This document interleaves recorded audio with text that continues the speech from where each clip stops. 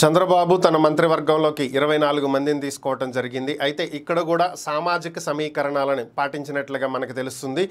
వివిధ సామాజిక వర్గాలకు చెందినటువంటి వ్యక్తులకు కేబినెట్లో స్థానం కల్పించారు. దాదాపుగా అన్ని సామాజిక వర్గాలకు సమన్యాయం చేసినట్లుగానే కనిపిస్తుంది. ఒకసారి సామాజిక వర్గాల వారీగా ఎవరెవరికి ఎన్నెన్ని సీట్లు కేటాయించారనేది కనుక మనం ఒకసారి చూసినట్లయితే ఈ మంత్రివర్గ సామాజిక సమీకరణాల్లో ఎస్సీ మాల కమ్యూనిటీ నుంచి డోలా బాలవీరాంజనేయ స్వామికి అవకాశం కల్పించారు. అలాగే ఎస్సీ మాదిక సామాజిక వర్గం నుంచి వంగలపూడి అనిత, ఎస్టీ సామాజిక వర్గం నుంచి గుమ్మడి సంధ్యారాణి, ముస్లిం మైనారిటీ నుంచి ఫరూక్, ఆర్యవైశ్య సామాజిక వర్గం నుంచి టీజీ భరత్, రెడ్డి సామాజిక వర్గం నుంచి ఆనం రామనారాయణ రెడ్డి, బీసీ జనార్దన్ రెడ్డి, మండిపల్లి రాంప్రసాద్ రెడ్డికి స్థానం కల్పించారు. ఇక కాపు సామాజిక వర్గం నుంచి నిమ్మల రామానాయుడు, పవన్ కళ్యాణ్, కందుల దుర్గేష్కి స్థానం కల్పించారు. బలిజ సామాజిక వర్గం నుంచి నారాయణకి, కమ్మ సామాజిక వర్గం నుంచి నారా లోకేష్, నాదెండ్ల మనోహర్, పయ్యావుల కేశవ్, గొట్టిపాటి రవికి స్థానం కల్పించారు.